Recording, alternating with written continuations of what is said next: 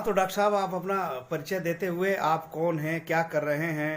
और हमने सुना है कि आप पसमानदा मूवमेंट चला रहे हैं, तो मैं आपसे जानना चाहूँगा अपना परिचय देते हुए आप अपना बारे में बताइए जी और क्या कर रहे हैं, क्या ऑब्जेक्ट है, क्या उद्देश्य है आपका? जी, सबसे पहले तो मैं आपका धन्यवाद दूंगा कि आपने जो वंचित समाज, जो पसमानदा समाज की जो लड़ाई चल रही है उससे जुड़े किसी व्यक्ति का इंटरव्यू लेने की कोशिश की, और जबकि हमें कोई पूछ नहीं रहा है। समाज में एक तरफ से हम लोग इग्नोर किए जा रहे हैं, तो मैं आपके चैनल का धन्यवाद देना चाहूँगा कि आपने इस मूवमेंट को और इस वंचित समाज का जो पसमानदा मूवमेंट है उसको कंसीडर किया, आपने उसमें लिया है। मैं इसके लिए सबसे पहले आपका धन्यवाद देना चाहूँगा।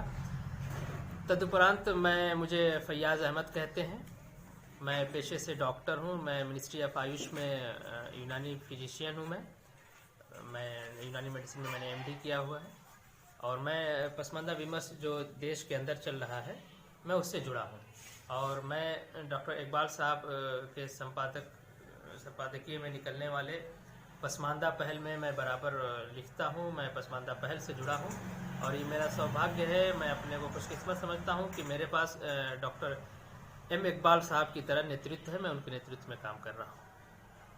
तो ये जो पसमानदा क्या है, थोड़ा सा बताने का प्रयास करिए। जी, ये चूँकि जो दबा कुचला तबका है, जिसका रिप्रेजेंटेशन नहीं है, जिसकी समाज की मुख्यधारा में भागीदारी नहीं है शासन प्रशासन में, या जो आर्थिक रूप से, सामाजिक रूप से, शैक्षिक रूप से पिछड़े हैं, दबे कुचले हैं, उनका ये विमर्श है पसमानदा नाम से।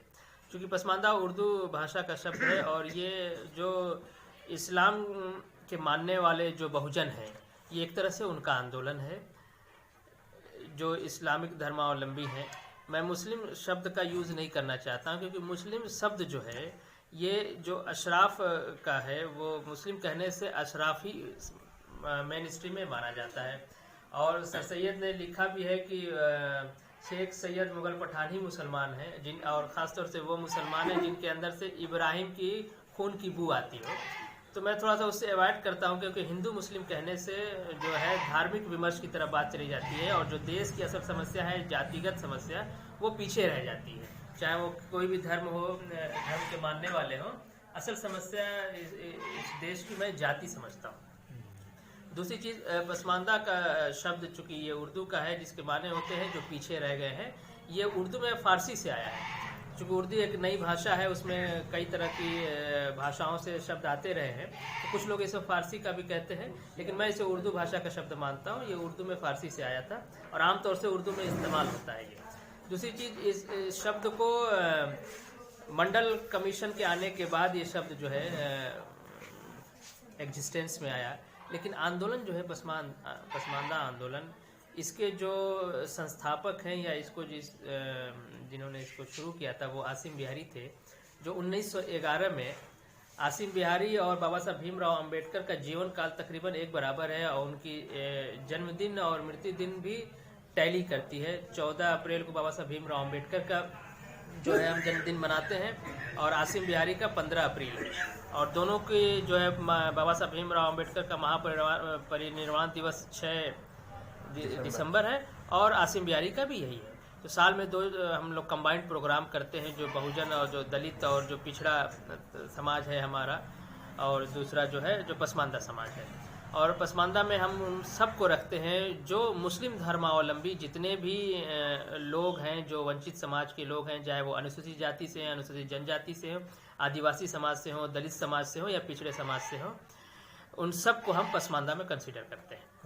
तो ये एक बहुत पुरानी तहरीक थी, और जमीयतुल मोमिनीन के नाम से ये तहरीक शुरू हुई थी। आसिम बिहारी ने शुरू किया था, फिर होते होते उसके बाद आज़ादी के बाद, फिर वो बंटवारे के बाद थोड़ी सी वो उसकी लौ मध्यम पड़ी।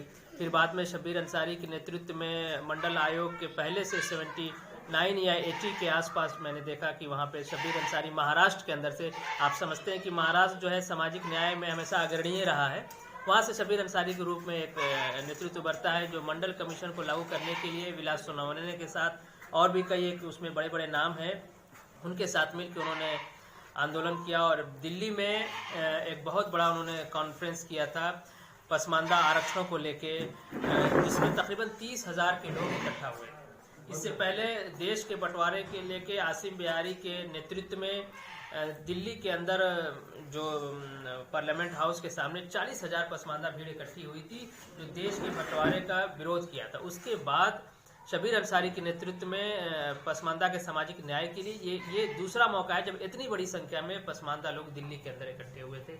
उसके बाद फिर मंडल आयोग लागू होता है। मंडल आयोग लागू होने के बाद एजाज अली बिहार से पसमानदा मूवमेंट को लेकर आगे बढ़ते हैं और बाजाब्ता पसमानदा मूवमेंट का जो पसमानदा नाम जो है ये अली अनवर और अब्दुल रऊफ अंसारी नाम आता है। इन लोगों ने लेट 90s में यानी 96, 98, 99 के आसपास वहाँ से जी वहाँ से ये बात उठती है और वहाँ से फिर ये आप समझ सकते हैं कि बीच में रुकने के बाद 79, 78 से फिर ये शबीर अंसारी के नेतृत्व से होता हुआ, एजाज अली के नेतृत्व में होता हुआ, फिर अली अनवर के नेतृत्व से होता हुआ आज डॉक्टर इकबाल के नेतृत्व में यहाँ से इस इलाके से चल रहा है। इस वक्त ऑल इंडिया पसमानदा मुस्लिम महाज डॉक्टर ये वकार हवारी के नेतृत्व में, हाजी निसार के नेतृत्व में और अली अनवर राज्यसभा के मेंबर होते हैं उनके नेतृत्व में चल रहा है और छोटे मोटे संगठन पूरे देश के अंदर पसमानदा फ्रंट है, पसमानदा मुस्लिम मोर्चा जिसके खुद फाउंडर डॉक्टर इकबाल अंसारी साहब हैं जो पसमानदा पहल के भी जनक हैं, फाउंडर हैं। तो ये मैं समझता हूँ ये एक सवाल मैं यहाँ आपको रोक करके पूछना चाहता हूँ कि पसमानदा समाज की आबादी कितनी है और उसका प्रतिनिधित्व शासन प्रशासन में, धनदर्ती में, रोजी रोजगार में कितना है? अशफाक हुसैन अंसारी ने एक किताब लिखी है ओबीसी की समस्या, उसमें वो जो पार्लियामेंट का डाटा देते हैं और मैं समझता हूँ कि वो डाटा अब तो कुछ पुराना हो गया, वो 10 साल पहले की बात है। उसमें उन्होंने दिखाया है कि जो पार्लियामेंट्री जो सीट्स हैं उसमें भागीदारी जो है दशमलव में है। अगर उन्होंने एक डेटा दिया है उसमें एग्जैक्ट मुझे याद नहीं आ रहा है, तकरीबन 400 समथिंग का नंबर है। उसमें मैक्सिमम जो है अपर कास्ट जो है अशराफ जिसे हम कहते हैं, जो अपने को शुद्ध नस्ल का, और अशराफ के मतलब उच्च के होता है, उर्दू भाषा का ये शब्द है, शरीफ का बहुवचन अशराफ है, उसका एक बहुवचन शुरफा भी होता है। आमतौर से ये लोग कहते हैं कि शुरफा अशराफ, तो उनका ओवर रिप्रेजेंटेटेड है। अगर आबादी के हिसाब से देखी जाए तो मेरे पास जो 1931 की जनगणना के आधार पे उसके बाद कोई जनगणना नहीं हुई जातिगत आधारित, उसके बाद से मैंने देखा है कि तकरीबन अगर जो मुस्लिम मान लिया जाए अल्पसंख्यक का जो सबसे बड़ा प्रवर्ग है उसमें 90% आबादी जो है पसमानदा की है।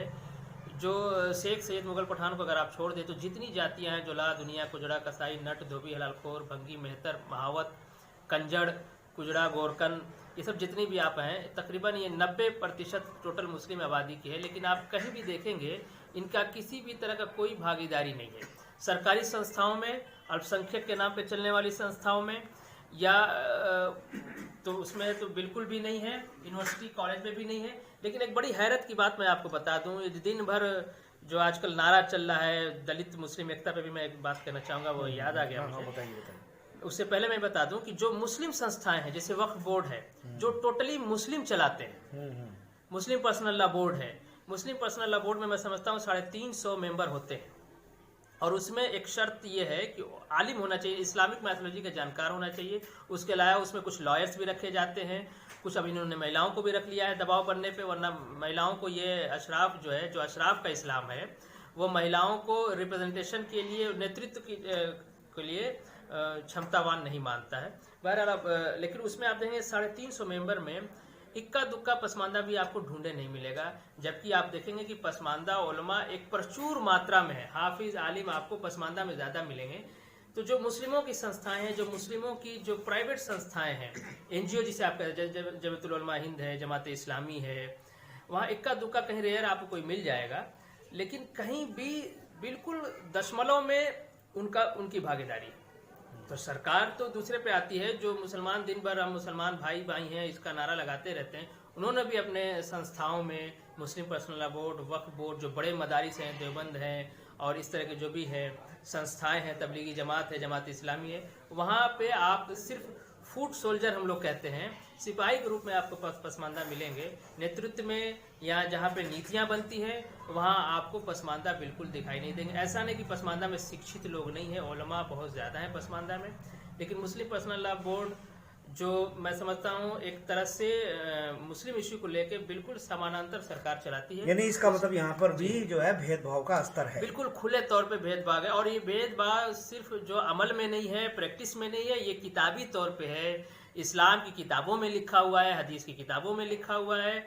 और जो है मैं ये क्लेम नहीं करता कि ये मोहम्मद की सच्ची वाणी है कि नहीं है, लेकिन हदीस की किताबों में भी इस तरह की आपको हदीसें मिलेगी जो जातिगत भेदभाव का वर्णन लिखा हुआ है। जो उलमा ने अपने तरफ से जो किताबें लिखी उसमें भी लिखा हुआ है। और जो आप बहिश्ती जेवर में देख लीजिए या फज़ाइल अमाल में देख लीजिए, आपको जातिगत भेदभाव लिखा हुआ एकदम खुलेआम मिलेगा। फतवे किताब इस्लाम में कॉन्सेप्ट है कुफू का, यानी शादी ब्याह में कुफू का मतलब होता है, अरबी का शब्द है बराबरी, यानी कौन किससे शादी ब्याह के बराबर है कि नहीं। अगर आपको थोड़ा सा डाउट है तो आप एक फतवा मांग लीजिए जितने स्कूल ऑफ थॉट हैं इस्लाम के, कि एक जो है नट मुसलमान है, वो भी कलमा पढ़ता है, उसकी सैयद की लड़की से उसकी शादी हो सकती है कि नहीं, तो इनका सारा मसावात का ढोंग खुल के आ जाएगा। जी वो आप फतवे में खुलेआम में लिख के दे देंगे कि नहीं ये कुफू नहीं है। तो इस्लाम के अंदर मैं ये नहीं कहता कि मोहम्मद ने कॉन्सेप्ट बनाया, ये एक अलग बहस हो सकती है, ये एक इल्मी बहस तो हो सकती है कि इस्लाम में जातिवाद है कि नहीं, लेकिन जो मौजूदा इस्लाम हमारे पास है, जो अमल में है, जो प्रैक्टिस में, वो पूरी तरह से जातिवाद से ग्रसित है। सब एक सवाल और है, जैसे हम सब कहते हैं कि जैसे हिंदुओं में अनुसूचित जाति, जनजाति और अन्य पिछड़े वर्ग के जो लोग हैं, सबके साथ भेदभाव का स्तर जो है अलग अलग तरीके का है, भेदभाव की एक पराकाष्ठा है। इस भेदभाव को दूर करने के लिए हमारा और हमारे समाज का और हमारे समाज के नेताओं का, बुद्धिजीवियों का, सामाजिक, राजनीतिक, आर्थिक स्तर से इसके समाधान के लिए हमको क्या करना चाहिए? जी हाँ, मैं समाधान पे आने से पहले मैं थोड़ा सा एक बात ये कहना चाहता हूँ कि इस देश के अंदर एक बड़ी विडंबना रही है कि जितने भी आंदोलन इस देश के अंदर रहे, चाहे वो दलित आंदोलन रहा हो, बहुजन आंदोलन रहा हो, मैं बहुत जल्दी इस पर एक आर्टिकल भी हमारा आने वाला है, और या कम्युनिस्ट आंदोलन रहा है, उनने मुस्लिम को, उन लोगों ने एक यूनिटी मान के अब तक चले आए हैं। और वो मुस्लिम का मतलब भाई दलित, पिछड़ा और अल्पसंख्यक कह के वो मुस्लिम कहते हैं। मुस्लिमों के अंदर जो जातिगत ढांचा है, जो भेदभाव, उसको कंसीडर नहीं करते हैं। लेकिन ये पसमानदा तहरीक जैसे जैसे जोर पकड़ रही है, अब धीरे धीरे लोगों ने इस बात को मानना शुरू कर दिया है। बहुत से बहुजन आंदोलन, यानी बामसेब का जो मनीषा बांगर वाला ग्रुप है, उसने भी इस बात को मान लिया है कि नहीं, पसमानदा आंदोलन कहीं ना कहीं एग्जिस्ट करता है, और इनके साथ भी ये वही बहुजन है जो कालांतर में मुस्लिम धर्मावलंबी हो गए थे। लेकिन अभी जो बामन इस्लाम वाला जो है, वो मुस्लिम पर्सनल लॉ बोर्ड के साथ अशराफ को सामने रख के मुसलमान के नाम पे उनके साथ चल रहा है। लेकिन बहुत से, जैसे राउंड टेबल इंडिया जो खालिस बहुजन न्यूज़ पोर्टल है, उसने पसमानदा आर्टिकल को पब्लिश किया, पसमानदा पहल को वो सपोर्ट भी करते, पसमानदा पहल के साथ। तो अब धीरे धीरे लोग ये मानने लगे हैं कि नहीं, ये जो पसमानदा आंदोलन भी कहीं ना कहीं एग्जिस्ट करता है। इससे एक बड़ा अच्छा वो बना है, और पहली चोट में जितने जो वंचित समाज हैं वो सब एक साथ मिलकर अगर जातिगत भेदभाव के खिलाफ लड़ाई लड़ते हैं, सामाजिक भागीदारी की लड़ाई लड़ते हैं, सामाजिक न्याय और सामाजिक परिवर्तन की लड़ाई लड़ते हैं, तब असल माने में इस देश से मैं समझता हूं कि जो जातिगत बुराई है वो निकल के आएगी। इसमें अब थोड़ी सी सुस्त रफ्तार जरूर है, बहुजन आंदोलन, दलित आंदोलन या पिछड़ा आंदोलन की तरफ से सुस्त रफ्तारी जरूर है, लेकिन अब लोगों ने इसको मानना शुरू किया। बहुत से बहुजन एक्टिविस्ट, पिछड़े एक्टिविस्ट और दलित एक्टिविस्ट अब इस बात को, पसमानदा को कंसिडर करें। मैं समझता हूँ कि इतिहास में अब तक की ये सबसे बड़ी कामयाबी है कि पसमानदा आंदोलन बहुजन आंदोलन के करीब पहुंच रहा है, जिससे कहीं ना कहीं अशराफ वर्ग में एक खलबली है कि कहीं दो दुख दर्द के साथी एक मिल गए तो इनकी आवाज़ बहुत नहीं। इसी को काट करने के लिए आपने देखा होगा अशराफ ने मंडल कमीशन के बाद से मुस्लिम आरक्षण, मैं बात थोड़ी सी बढ़ाता हूँ, मुस्लिम आरक्षण का एक खेल खेला। दूसरा एक मुस्लिम आरक्षण है और दूसरा एक दलित मुस्लिम भाईचारा। कभी भी ऑपरेस्ड और ऑपरेसर, यानी जो उत्पीड़क है और उत्पीड़ित है, उसमें एकता नहीं हो सकती है, ये एक धोखा देते हैं। मैं पहले आरक्षण वाली बात कर लूँ तो दलित मुस्लिम एकता पे आता हूँ। आरक्षण में जब मंडल कमीशन ने, आप देखिए आज़ादी से पहले जो है 1936 का जो इंडियन एक्ट है, उसके अकॉर्डिंग जो एक शेड्यूल कास्ट की लिस्ट बनती है 1936 में, उसमें आपको बहुत से पसमानदा मुसलमान मिल जाएंगे। इन्हें इवन जो जुलाहे थे, जो बुनकर थे, वो भी 3 बड़े राज्यों में उनको जो है शेड्यूल कास्ट का दर्जा मिला हुआ था। लेकिन बाद में बाबा साहब भीमराव अंबेडकर ने इसकी बहुत कोशिश की। बाद में अशराफ जो कांग्रेस पे बहुत हावी थे, मौलाना हिफ्जुर रहमान, मौलाना आज़ाद वगैरह ने, ये किसी तरह से आरक्षण के खिलाफ में बहुत, आप देखेंगे कॉन्स्टिट्यूशनल डिबेट असेंबली में जो आप देखेंगे, जो भी उस वक्त जो मुसलमान थे वो सब अशराफी थे, उन्होंने आरक्षण का प्रबल विरोध किया है कि आरक्षण भीख है, कुत्ते की हड्डी है, तो ये है वो है, इससे मुसलमान कमज़ोर हो जाएंगे, मुसलमानों के अंदर अपनी मेहनत करने की क्षमता खत्म हो जाएगी। लेकिन वही अभी 10% 16 आरक्षण में वो अंदर घुस गए हैं, तो उनको अब भीख नहीं लग रही बहरा। तो उन्होंने जब मंडल कमीशन ने एक पसमानदा में बहुत बड़े तबके को जब रिजर्वेशन दिया है और पसमानदा मुसलमान जब रिजर्वेशन में आने लगे, तो वहां से मुस्लिम रिजर्वेशन का राग अलापना अशराफ ने शुरू किया। वो मंडल कमीशन के जो लिस्ट है उसमें तो जो मुस्लिम है बैकवर्ड का वो उसके साथ ही है, 52% आबादी में ही है। हाँ जी, हाँ, तो उसी के बाद से जो है ये अशराफ वर्ग ने कि अब जब पसमानदा को भी आरक्षण मिल जाएगा तो उसकी भागीदारी बढ़ेगी, तो अभी ये इनका जो फूड सोल्जर बना हुआ, सेवक बना हुआ, वहां से निकल के ये जो स्वामी की भूमिका में आने लगेगा। उन्होंने एक राग छिड़ा, टोटल मुस्लिम आरक्षण। और मुस्लिम नाम हमको बड़ा सुहाता है, पसमानदा को बड़ा अच्छा लगता है, मुसलमानों को रिजर्वेशन मिलेगा। तो मुझे ये समझ में आता है कि 90% मुसलमानों को पहले से ही मंडल कमीशन का लाभ मिल रहा है। एसटी जो शेड्यूल्ड ट्राइब हमारा आरक्षण है और ओबीसी अदर बैकवर्ड क्लास का जो आरक्षण, उसमें पसमानदा आता है, 90% पसमानदा उसमें आता है। अभी भी बहुत सी पसमानदा जाती हैं जो आरक्षण किसी श्रेणी में नहीं है। कल डॉक्टर इकबाल साहब बता रहे थे, सही बात है। जैसे शेड्यूल्ड कास्ट का जो है उसमें भी नहीं आता है, लेकिन तकरीबन 90% के आसपास को आरक्षण का लाभ मिलने लगा। और मंडल कमीशन आने के बाद कुछ न कुछ इनकी स्थिति में सुधार हुआ है। इसका काट करने के लिए अशराफ ने टोटल मुस्लिम आरक्षण की मांग किया। अब आप समझ लें, जब 90% मुसलमानों को पहले से आरक्षण मिल रहा है, तो फिर ये 10% कौन है जो टोटल मुस्लिम आरक्षण के नाम पे अपना आरक्षण चाहती है? वही अशराफ वर्ग है, जो शासक वर्ग है, जिसने इस देश में शासन किया है, जो सत्ता का भागीदार रहा है और इस देश के पार्टीशन में जिसकी बड़ी भूमिका रही है, जो उसको लगा कि हम अंग्रेजों के जाने के बाद इस देश में सत्ताधारी नहीं रह सकते, तो इस हमारे प्यारे देश को उन्होंने 3 टुकड़े में बांट दिया। 2 जगह ये प्रत्यक्ष शासक वर्ग है, पाकिस्तान में और बांग्लादेश में, और भारत में अप्रत्यक्ष रूप में हमेशा शासक वर्ग ही रहे हैं। तो जो बाबा साहब भीमराव अंबेडकर का जो आरक्षण का रिप्रेजेंटेशन का हिसाब है, उसमें ये कहीं फिट नहीं बैठते हैं। तो ये मुस्लिम आरक्षण का नाम लेके ये पूरा का पूरा पसमानदा की जो आगे आने की जो अपलिफ्टमेंट का कार्यक्रम है, जो सामाजिक न्याय, सामाजिक ट्रांसफॉर्मेशन या परिवर्तन का जो कार्यक्रम है, उसको कुंद करने के लिए अशराफ ने ये छेड़ा, जिसके चपेट में पसमानदा आता है। दूसरी चीज, मैं दलित मुस्लिम एकता पे कहना चाहता हूँ, इसलिए विभेद भी अब टूट रहा है। आप देखेंगे पाकिस्तान के अंदर दलित एक्टिविस्टों से हमारी बहुत वो वहाँ से जो खबरें आती हैं, वहाँ से जो आर्टिकल्स वगैरह हम लोग को पढ़ने के मिलते हैं, वहाँ अशराफ सत्ता में है, लेकिन आप देखेंगे कि एक मुसल्ली वहाँ होती है, जो भंगी मुसलमान हो जाते हैं इस्लाम धर्म का, तो वो वहाँ मुसल्ली कहलाना रहता है। मुसल्ली का शाब्दिक अर्थ होता है मुसल्ला बिछा के नमाज पढ़ने वाला, तो जो कि हम अच्छा नाम रखने की कोशिश करते हैं, वो एक अलग बात है। तो आज भी पाकिस्तान में वो कोटा का लफ्ज इस्तेमाल करते, कह रहे हैं कि हमारे यहाँ किसी तरह का कोई कोटा नहीं है। तो आरक्षण वहाँ दलितों को नहीं दिया गया। यहाँ दिन भर अशराफ दलित मुस्लिम एकता का राग अलापता है कि दलितों के साथ बहुत जुल्म हो रहा है, मुसलमानों के साथ हम दोनों ऑप्रेस्ड लोग हैं, हम दोनों सताए हुए लोग हैं, इसलिए हम एक साथ रहेंगे। तो दलित मुस्लिम का रोना रोते रहते हैं। जहाँ ये सत्ता में है, सत्ता में भागीदार है, वहाँ दलितों को किसी तरह का कोई रिप्रेजेंटेशन या भागीदारी या कोई इनका कार्यक्रम नहीं है, न पाकिस्तान में, इसका मतलब ये हो गया, जिस प्रकार से हिंदुओं में ब्राह्मण, क्षत्रिय, वैश्य जो है अनुसूचित जाति, जनजाति, अन्य पिछड़े वर्गों को दबा कर रखना चाहते हैं, उनके रिप्रेजेंटेशन को खाना चाहते हैं, इसी तरह से मुस्लिम में भी अशराफ अजलाफ जो है मिलकर के जो अर्जल मुसलमान है या ये पसमानदा मुसलमान से उनके हक अधिकार को खाना चाहता है। बिल्कुल खा रहा है, खाना नहीं चाहता है, खा रहा है। और ये इतना मजबूत है, मैं समझता हूँ कि दलित आंदोलन, पिछड़े आंदोलन, बहुजन आंदोलन ने कहीं ना कहीं जो एक ब्राह्मणवाद या उस तरह की जो एक जो भेदभाव वाली रही है, उससे कहीं ना कहीं एक बेहतर स्थिति में है। लेकिन अभी जहाँ तक मुस्लिम धर्म की बात आती है, यहाँ अशराफ वर्ग पूरी तरह से हावी है और पसमानदा विमर्श, आप नाम कहीं नहीं सुनेंगे, विमर्श को उभर के आने ही नहीं देता। और इनके पास सबसे अच्छा इस्लाम का एक टूल है जिसको इस्तेमाल करते रहते हैं, पसमानदा भी उसमें फंसा रहता है। तो ये विमर्श में मैं समझता हूँ कि अशराफ जो है वो ब्राह्मण स्क्वायर है। ब्राह्मणवाद का जो है एक जो वो है ताकत है, अशराफ की ताकत उससे दुगने में है। वो अपने जो पसमानदा को तो दबा ही ले जाते हैं और सामने वाले हुकूमत में, चाहे वो आरएसएस की हुकूमत या भाजपा की या कांग्रेस की या बहुजन आंदोलन की जो समाजवादी पार्टी इनकी, उसमें भी अपनी पूरी पैठ बनाए हुए हैं और वहाँ भी ये पसमानदा की बात को पहुँचने नहीं देते हैं।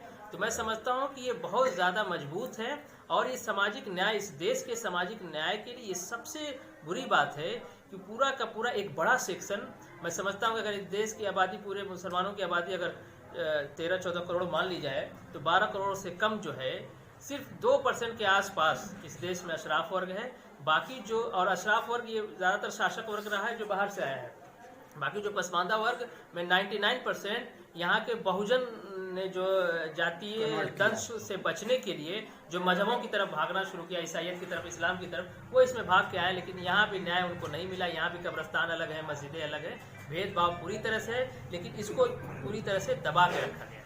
चलिए, thank you very much. Pasmanda समाज के सभी सम्मानित साथियों, मैं आज आप लोगों के बीच में यहाँ आया हूँ। हमारा AIBCA TV चैनल है, आप उसे जो है गूगल में या यूट्यूब पे सर्च करेंगे तो आपको मिल जाएगा।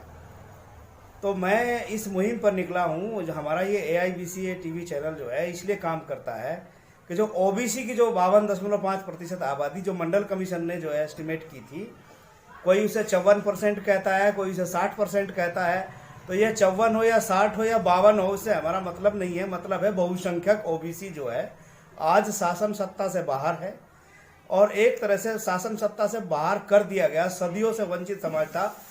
भारतीय संविधान लागू होने के बाद थोड़ा सा ये समाज व्यवस्था में उच्च महसूस करने लगा था, लेकिन जो है संविधान लगने के 70 साल के बाद एक अचानक घटना घटी जिसमें जिन लोगों के लिए संविधान में कोई प्रावधान नहीं था, उन लोगों के लिए आनन फानन में तत्काल में एक दिन के अंदर में प्रावधान कर दिया गया और कर करके उसको उसका हिस्सा दे भी दिया गया। और पिछड़े समाज के लोग, पिछड़ा वर्ग के लोग जो है जिनकी आबादी 60% या 54% या 52% कही जाती है, वो सदियों से संघर्ष करते आए हैं, सदियों से मांगते आए, धरना प्रदर्शन आंदोलन करते आए हैं।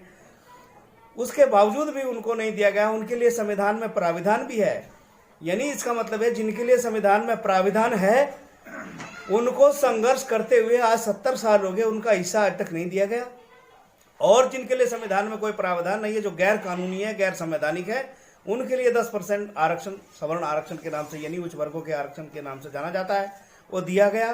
तो हमारा ये मुहिम है, हमारी ये मुहिम चली है और खासकर आज का दिन हमारे लिए बहुत ही महत्वपूर्ण है कि आप यहाँ पसमानदा समाज के लोग भी हैं। हमने चलाया कि गांव-गांव और घर-घर संपर्क अभियान हमारा है। गांव-गांव और घर-घर संपर्क अभियान जिसमें OBC की, जिसमें मुस्लिम OBC भी शामिल है, OBC की उनकी आबादी के हिसाब से शासन में, प्रशासन में, धन धरती में, रोजी में, रोजगार में उनकी आबादी के हिसाब से हिस्सेदारी सुनिश्चित करने के लिए एक आंदोलन की मुहिम हम लोगों ने शुरू की है और संपर्क करके एक बहुत बड़ा जन आंदोलन तैयार करने की योजना हम लोगों ने बनाई है। तो उसी के तहत मैं आप लोगों के बीच में यहाँ आया हूँ। तो आपसे समर्थन चाहता हूँ, आप एक बार को जो है हम लोगों को समर्थन करिएगा और ये मुहिम है देश तक, गाँव-गाँव तक जाएगी, देश देश तक जाएगी।